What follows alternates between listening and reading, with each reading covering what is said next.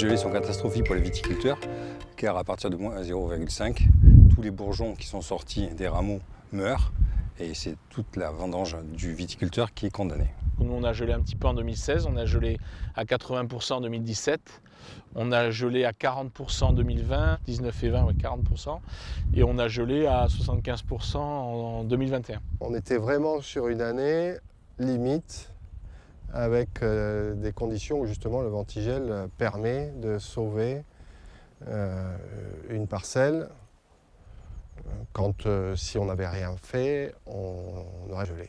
Pour la saison 2024, je me suis équipé d'un ventigel puisque on a des problèmes de gelée maintenant assez fréquemment.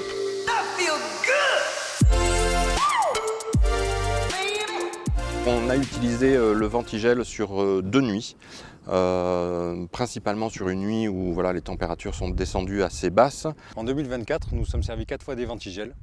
Les gelées printanières ont été très fréquentes cette année. De plus en plus, chaque année, nous pouvons constater qu'elles sont là. Donc cette année, nous, on a pu mettre en place 2 appareils en colonne. Je m'en suis servi 3 jours autour du 17 avril. On a pu constater une très bonne efficacité puisque la zone couverte a été entièrement protégée. J'ai constaté déjà que je n'avais pas gelé. Vraiment, je pense que ça a vraiment bien protégé. J'ai effectivement observé qu'on avait beaucoup moins d'humidité au sol, sur les feuilles, ce qui m'a rassuré tout de suite. Je l'ai allumé assez tôt. En fait, je l'ai allumé vraiment à 22 h. À la fin des 4 nuits de gelée, j'ai pu constater que toute l'exploitation avait été sauvée.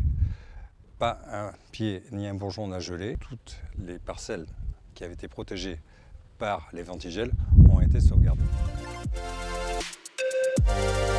Ce qui m'a plu dans ce système, déjà c'était une fabrication française. Le gros avantage du ventigel, c'est qu'on peut le déplacer très facilement. Aussi bien attelé derrière un tracteur qu'avec un élévateur ou sur une remorque, ce que je fais d'ailleurs.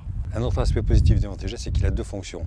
Une fonction de ventilation et une fonction de chauffage, ce qui fait 2 paliers d'utilisation pour le viticulteur. Le gros avantage aussi, c'est que c'est peu gourmand en énergie. J'ai choisi ce système parce que j'ai trouvé que c'était le plus économique par rapport aux bougies notamment, par rapport aux fils électriques chauffants, par rapport à une turbine classique, on va dire, ou une éolienne classique. On est quand même beaucoup moins fort en termes de bruit que les autres appareils qui existent aujourd'hui. C'est presque bête à dire, mais il suffit juste d'appuyer sur 2 boutons et puis ça y est, tout est en route.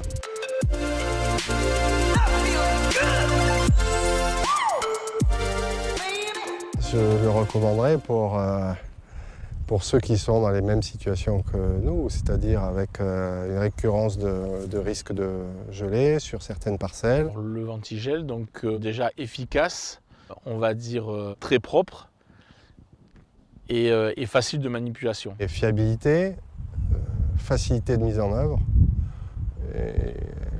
et un rapport prix-résultat très intéressant. Nous, on est vraiment très satisfaits de ce modèle ventigel. Je suis absolument satisfait des ventigels. L'acquisition pour moi était très positive et je ne le regrette absolument pas. J'aurais pu perdre cette année au moins 30% de récolte sur cette zone, quoi. Comme on dit, c'est toujours, même si c'est un investissement, c'est toujours moins cher que de perdre la récolte.